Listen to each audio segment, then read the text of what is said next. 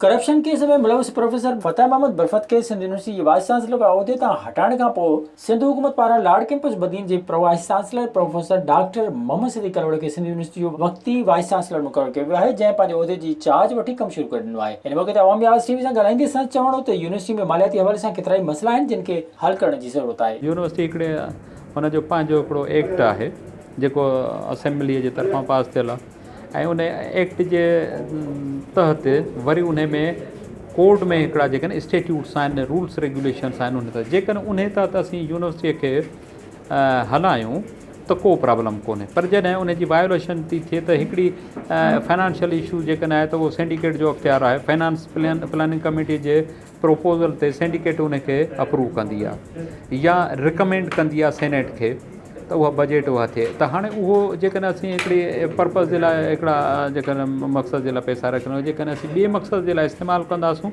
या ॿिए हेड में वञी कंदासीं त हू हिकिड़ो हेड जेको मुतासिर थींदो। अगरि मुतासिर थियो त इन मक़सद सां रूल्स रेगुलेशन्स मुताबिक़ न वियासीं, पर जेकॾहिं असीं उन में प्रोविजन तहत वञूं त जेकॾहिं असांखे को अहिड़ो कमु करिणो बि हुजे त असांखे अप्रूवल किथां वठणी आहे, परमिशन कहिड़े फोरम खां वठिबी, उन ते हलूं त को मसइलो कोन्हे। त इशूज़ जेके आहिनि फाइनेंस जा इलाही आहिनि जेके हिन पैंडमिक पीरियड जे दौरान कोन क्रिएट थिया आहिनि।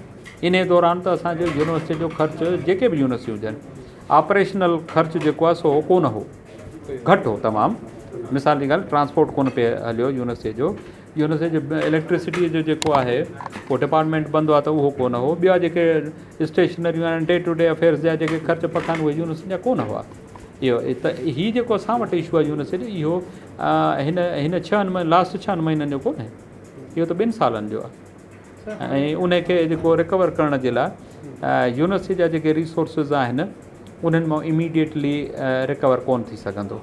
उन जे लाइ स्पेशल असां रिक्वेस्ट कंदासीं सिंध गवर्नमेंट खे बि ऐं फेडरल गवर्नमेंट खे बि, HEC खे, त स्पेशल ग्रांट्स ॾियनि। उन में असां वटि जस्टिफिकेशन बि आहे यूनिवर्सिटी वटि, उहा इहा आहे त सिंध यूनिवर्सिटीअ में हॉस्टल्स जेके आहिनि छोकिरनि ऐं छोकिरियुनि जूं सभ खां वॾियूं हॉस्टलूं ऐं घणे खां घणियूं हॉस्टलूं सिंध यूनिवर्सिटीअ में आहिनि। संदसि चवणो त जेकॾहिं असां मुक़ररु कानून मूजिबि यूनिवर्सिटी खे हलायूं त को बि मसइलो पैदा न थींदो। विज़िट कयो अवामी आवाज़ मीडिया ग्रुप जी वेबसाइट awamiawaz.pk